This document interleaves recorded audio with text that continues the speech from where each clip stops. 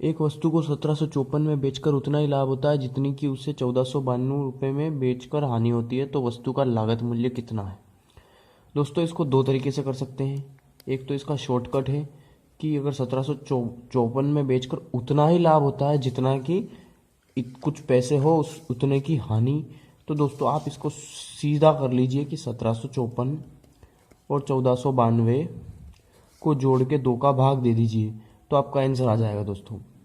या फिर इसका एक तरीका है जो बेसिक कॉन्सेप्ट आप जानना चाहते हैं तो बेसिक से समझाता हूँ दोस्तों कि 1700 मान लो एक ये बॉक्स बनाइए ऐसे, 1754 में बेचकर उतना ही लाभ होता है। मान लो 1754 इसकी सेलिंग प्राइस है, 1754 में बेचा तो उतना ही लाभ हुआ जितने की 1492 में बेचने पर हानि।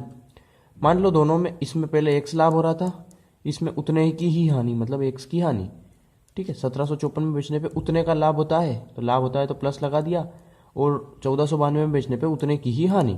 ठीक है दोस्तों, अब हम डिफरेंस लेंगे, इसका यहाँ डिफरेंस निकालिए, इसका यहाँ डिफरेंस निकालिए। कितना आएगा दोस्तों यहाँ पे, ये हो जाएगा एक्स और एक्स का, एक्स और माइनस एक्स का डिफरेंस कितना हो जाएगा दोस्तों यहाँ पे 2x। आप इन दोनों को जोड़िए, सॉरी जोड़ना पड़ेगा, 4 और 2 6, वही वाली कंडीशन बनेगी दोस्तों, 6 5 और 9 और 1 10, 4 14 की 4, हासिल बचा 1, 7 5 12 की 2 और ये हो गया 3। मतलब जब 2 से आप इसको सोल्व करेंगे तो आएगा 1623, तो ये आपका हो जाएगा आंसर। ठीक है, यहाँ पे भी 1623 आ जाएगा आपका, इधर जब आप सोल्व करोगे तो ये हो जाएगा आपका आंसर। ठीक है,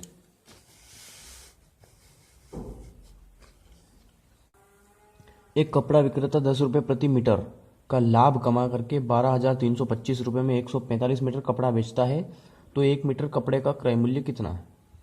दोस्तों देखिए 145 मीटर कपड़े का मूल्य कितना है 12,325 रुपये। ठीक है दोस्तों, तो 1 मीटर कपड़े का मूल्य कितना निकालेंगे आप, 12,325 बटे 145, तो आप इसको जब काटेंगे तो दोस्तों तो ये 85 बार कट जाएगा, मतलब 1 मीटर कपड़े का मूल्य आ गया 85 रुपये। ठीक है, और ये बोल रहा है कि तो 1 मीटर का, हाँ कपड़े का मूल्य बताना है, ये 1 मीटर कपड़े की सेलिंग प्राइस आ गई है, क्योंकि बेच रहा है ना दोस्तों, बेचता है, तो ये सेलिंग प्राइस है, ये एसपी आया है, अभी सीपी निकालना है। और सीपी पे क्या है कि एक कपड़ा विक्रेता 10 रुपये प्रति मीटर का लाभ कमा करके बेच रहा है दोस्तों जब 10 रुपये का, तो अगर सीधी सी बात है कि इसने खरीदा इससे 10 रुपये कम में होगा, मतलब 75 रुपये में खरीदा होगा और 85 रुपये में बेच रहा है, तभी तो 10 रुपये हर मीटर, एक मीटर का 10 रुपया उसको लाभ हो रहा है, मतलब 75 रुपये के उसका क्या आ गया कॉस्ट प्राइस, मतलब 85 में से मैं इस 10 रुपये का लाभ को घटा दूंगा तो मैंने जितने में खरीदा वो प्राइस आ जाएगा, मतलब 75 रुपये इसका हो जाएगा आंसर। एक वस्तु को किसी निर्धारित मूल्य पर बेचा जाता है, उस मूल्य के 2/3 पर बेचने से 10% हानि होती है, तो आरंभिक निर्धारित मूल्य पर बेचने से उसे कितना प्रतिशत लाभ होगा।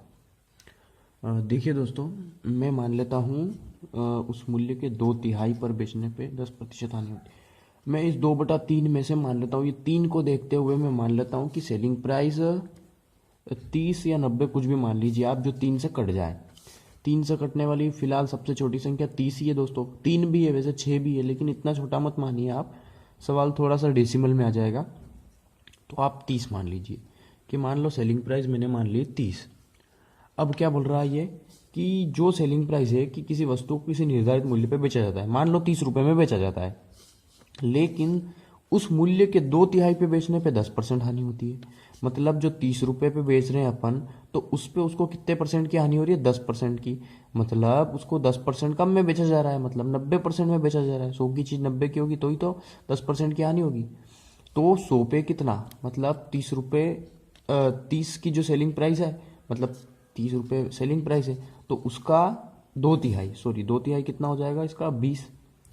30 का 2/3 20 तो होता है दोस्तों, 30 का 2/3 निकालिए, 3 दाम 30, तो 10 दूना 20 आ गया। मतलब जब 30 रुपये का 2/3 पे बेचेंगे, मतलब 20 रुपये में बेचेंगे, तो 10% की हानि होगी, मतलब जो 20 रुपये है वो किसका मान हो गया 10% की हानि का, मतलब 90 का मान हो गया। तो 100%, मतलब वास्तविक मूल्य कितना था, आप इसको सोल्व कर लीजिए, तो ये कितना आ जाएगा, 2 एकम तो 200/9, मतलब जो उसका कॉस्ट प्राइस था वो 200/9 आ गया दोस्तों, और सेलिंग प्राइस कितना है 30।